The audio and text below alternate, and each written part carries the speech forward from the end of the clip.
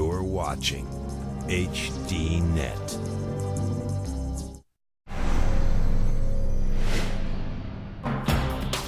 A rum war in the Caribbean with millions of your tax dollars at stake.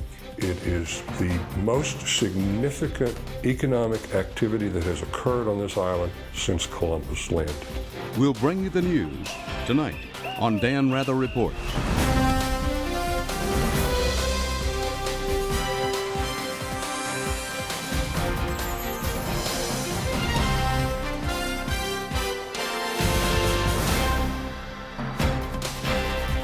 Good evening from New York. Most of the time on this program, we try to bring you fresh perspectives and investigations of big issues: wars, poverty, the environment.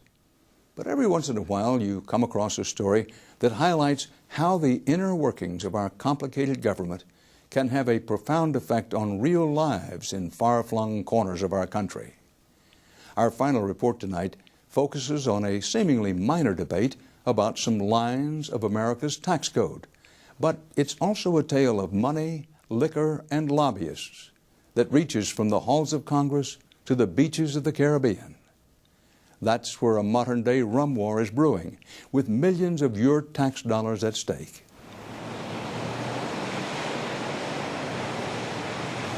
Puerto Rico's rum tradition goes back to the days of fortresses, galleons, and piracy on the high seas. Today, the fortresses are empty, and the colonial fleets have left. But the rum trade is still thriving in small family distilleries like this one, where the Fernandez siblings, Fernando, Mary, and Manuel, make Ron del Barrito according to the recipe their grandfather concocted in 1880. What makes their rum unique, they say, is its top secret ingredients and an extra long aging process. This rum is from 1974. It has a very, very, very good aroma, very good taste. Picante, picante. Puerto Rico dominates the rum market, from small artisanal brands to top rum sellers. 180 million bottles are shipped to the mainland every year.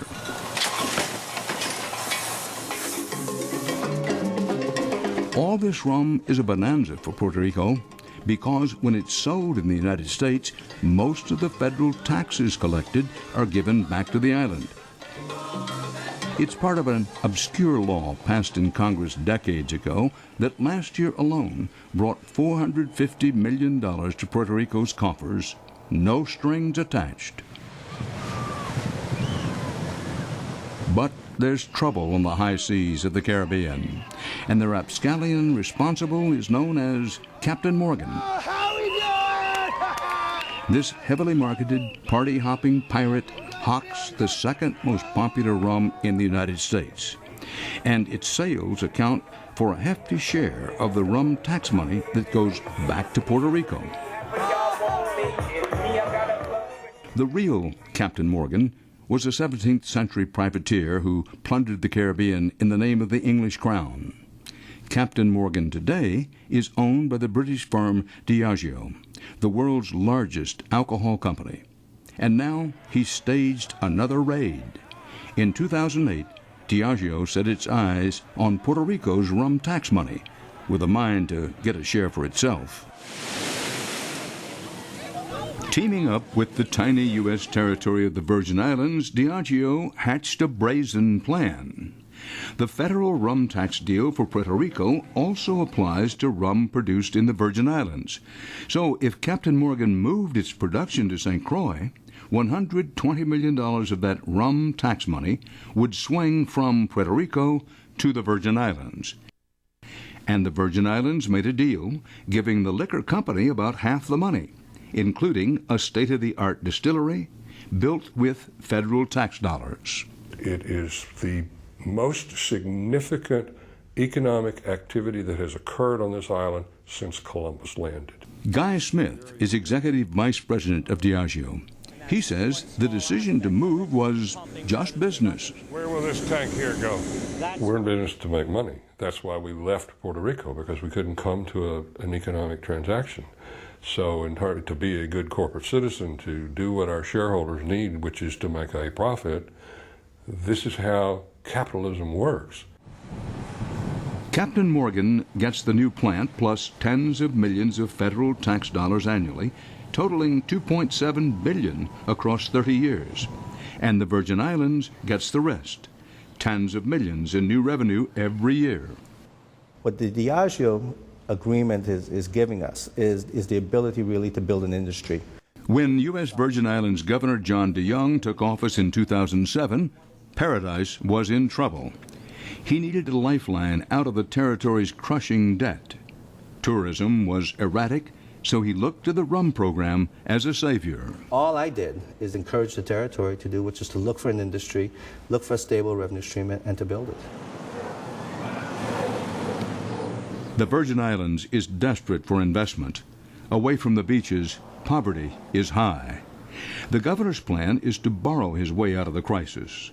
Using the promise of new rum money as collateral, the government will issue $350 million of bonds just to cover current operating costs and avoid painful layoffs. The deal has already brought some construction jobs to the island. My company's been able to hire 86 employees, over 90% of them which are local and have local families here. I've had to add staff, I've had to pay overtime. It's the first time in a very long time that we've had a major project like this on our island. Buenas tardes, mis queridas amigas, amigos. Estamos aquí de vuelta en Análisis 6. But back in Puerto Rico, everyone was caught off guard by the surprise attack. At the island's top news talk radio station, host Enrique Cruz and newspaper editor Jose Nieto blamed the government for letting Captain Morgan slip away. We did not take care of the business. We took it for granted. We produce the best rum in the world, and it was hard to believe that they could leave us for a place like St. Croix. What do they know about rum? Rum is part of what we are as a society. Luis Fortunio is Puerto Rico's governor. On the one hand, we're concerned about the jobs we will lose. But on the other hand, we're concerned because the money is being used to subsidize the operation of a company at levels that are unconscionable. In Ponce, Puerto Rico, Roberto Sarria's family has been making rum for 6 generations. For the last 25 years, they made it for Captain Morgan. Losing Diageo's business puts them out on the gangplank. We're being put in danger, not necessarily because we weren't able to mechanize or modernize. As you see, our facilities are very high-tech. We're put in danger by a program gone crazy, by some offerings of federal funds that are going to completely put the rum market upside down. And that, to me, is tragic. But Diageo points out that for a government to give money to a company is nothing new. Well, that's how incentive programs work. That's how the state of Tennessee got Nissan to build a plant, to build cars in Tennessee. Same kind of thing.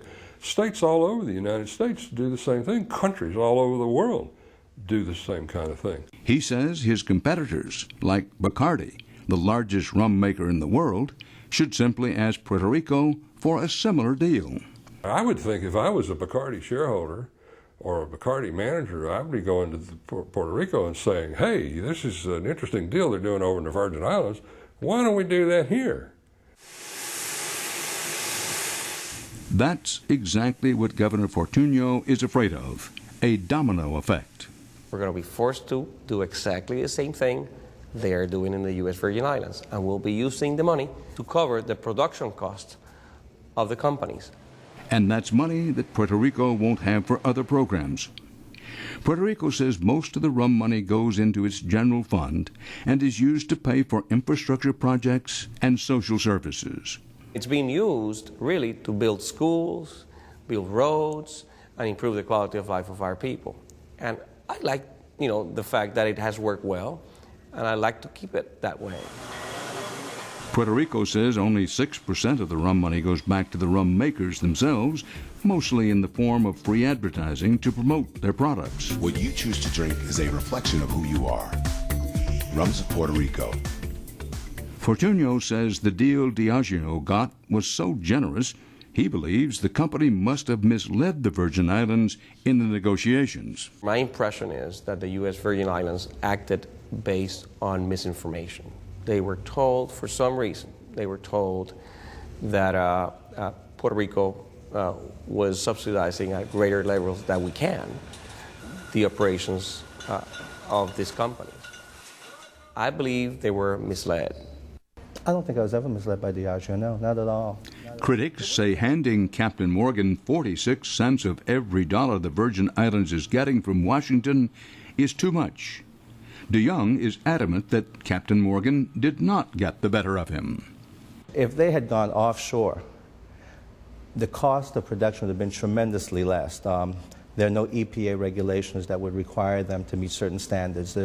Labor rates would have been much lower. So even with the agreements we've put in place, we're just near competitive with respect to the overall production and the marketing that they would have if they went to a non-U.S. jurisdiction.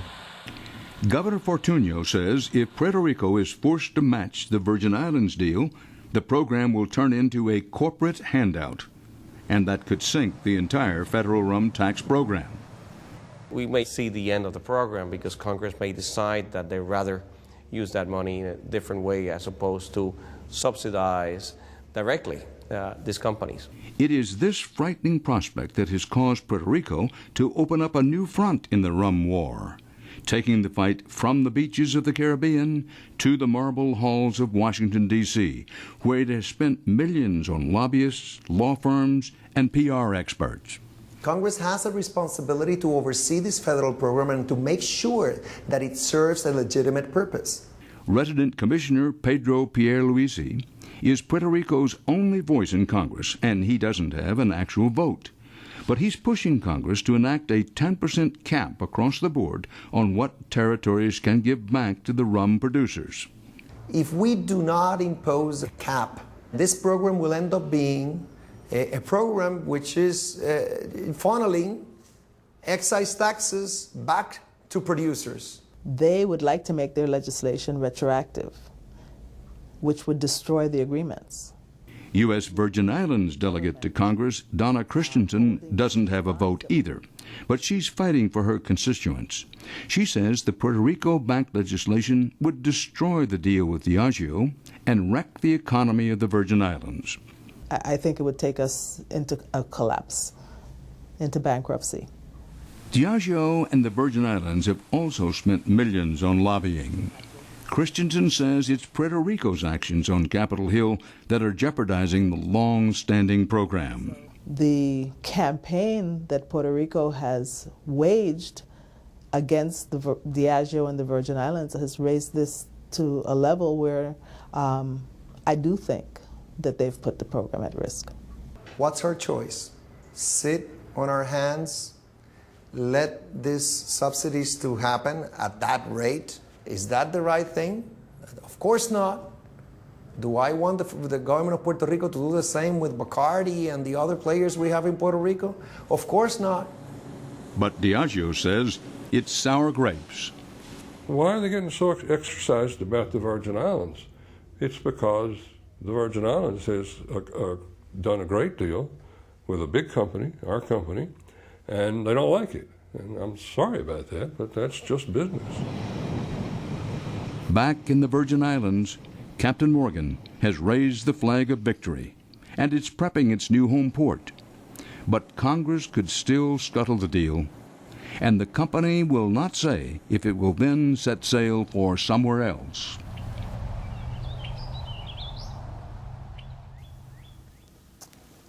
And that's our report for tonight. From New York, for HDNet, Dan Rather reporting. Good night.